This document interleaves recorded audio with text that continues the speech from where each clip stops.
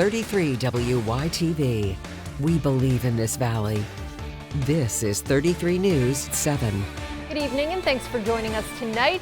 I'm Lindsey Watson. Right now we're playing a waiting game with severe weather heading in from our west. Heavy rain, gusty winds, and some big thunderstorms are all possible over the next few hours. So let's get right to Pinpoint meteorologist Ryan Halicki with the latest look at the radar. Ryan, those storms are coming in, right?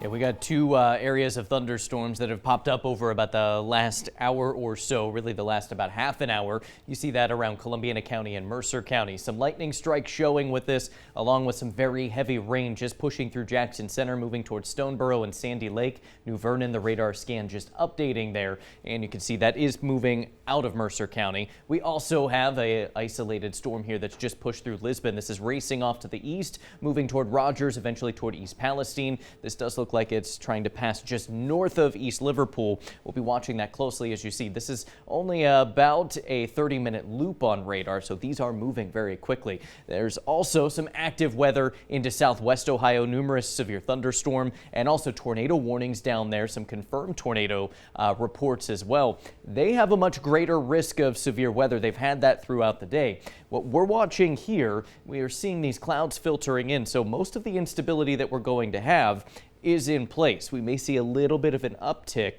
but I don't expect as numerous severe storms as it looked like we could have had, helped out by that cluster of storms from this morning that decayed and moved through, and those clouds keeping our temperatures down. So we still have to watch the next few hours. As you see, some of that energy does try and move in. This is the potential for strong storm or energy for storms to feed off of. You see that does try and move in a little later this evening. So still a few more hours to keep a close watch on the skies. I'm going to have another radar update on the storms working through now. We got to talk about storms for your Saturday too in just a few minutes. Lindsay? We'll see you in a bit. Thanks so much, Ryan. 5 teens are accused of leading police on a small chase in Boardman. The car they were in was stolen, and officers had to use stop sticks to bring it all to an end. That driver was just 15. Last night's incident is the third car theft in Boardman this week. 33 News reporter Desiree Goslin has a warning from police. Boardman police are investigating after a recent string of car break-ins and car thefts in the area. 3 of those incidents occurred right here on Wildwood.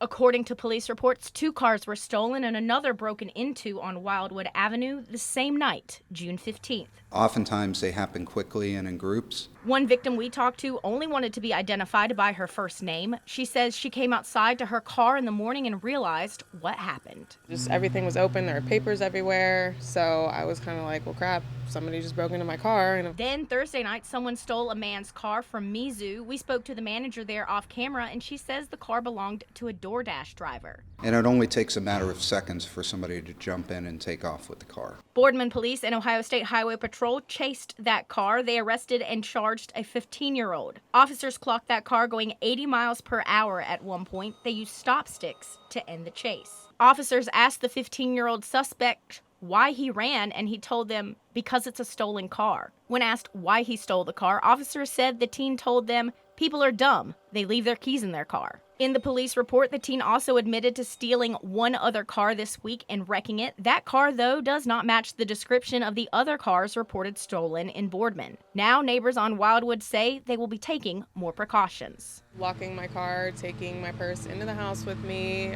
Police are still investigating to determine whether or not those car break-ins and thefts here on Wildwood are related to that car theft at Mizzou's. Reporting in Boardman, Desiree Goslin, 33 WYTV News. All of those cars have been found. The teen driver from last night's chase remains in custody. He's charged with receiving stolen property and running from police. The 4 others were sent home to their parents. New details on a fatal fire in Liverpool Township. Today, investigators identified the elderly victim. Firefighters found 99-year-old June McVeigh inside her home in the 600 block of 9th Avenue. Her house caught fire around 6 o'clock last night. McVeigh lived in the home with her daughter, who was hurt in the fire and treated at a local burn unit. No word yet on a cause. Youngstown police are investigating a crash that turned into a shooting. This was around midnight in Briar Hill. The crash happened at the intersection of Robinwood Place and Burlington Street. The victim then walked to Dearborn Street, telling a homeowner he'd been shot. 2 people were sent to the hospital. 2 Franklin County Sheriff's deputies were hurt early this morning when a driver plowed into their cruiser. Take a look right here at your screen. This all happened on I-270 in the Columbus suburb of Westerville. The deputies were parked at the scene of another crash when they were hit from behind. That driver is charged with OVI. The deputies were taken to a hospital but are expected to be okay. A man from Camel is accused of leading Liberty police on a chase. Officers say they found a stolen gun in the car. Archillis Williams entered a not guilty plea to charges including failure to comply with police and receiving stolen property. Police tried pulling Williams over on Belmont Avenue for not having a rear license plate. That's when he took off. Officers say he tried crashing into their cruiser. They arrested him after he ran from the car. We're proactive. That's one of the reasons why we catch a lot of these people. The judge set bond at $100,000. Williams is due back in court next week.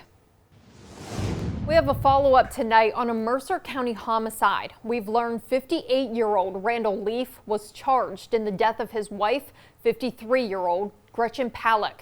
The county coroner says Palak died from blunt trauma to her head and neck. Police say she was found Wednesday lying face down on a floor in their Grove City home.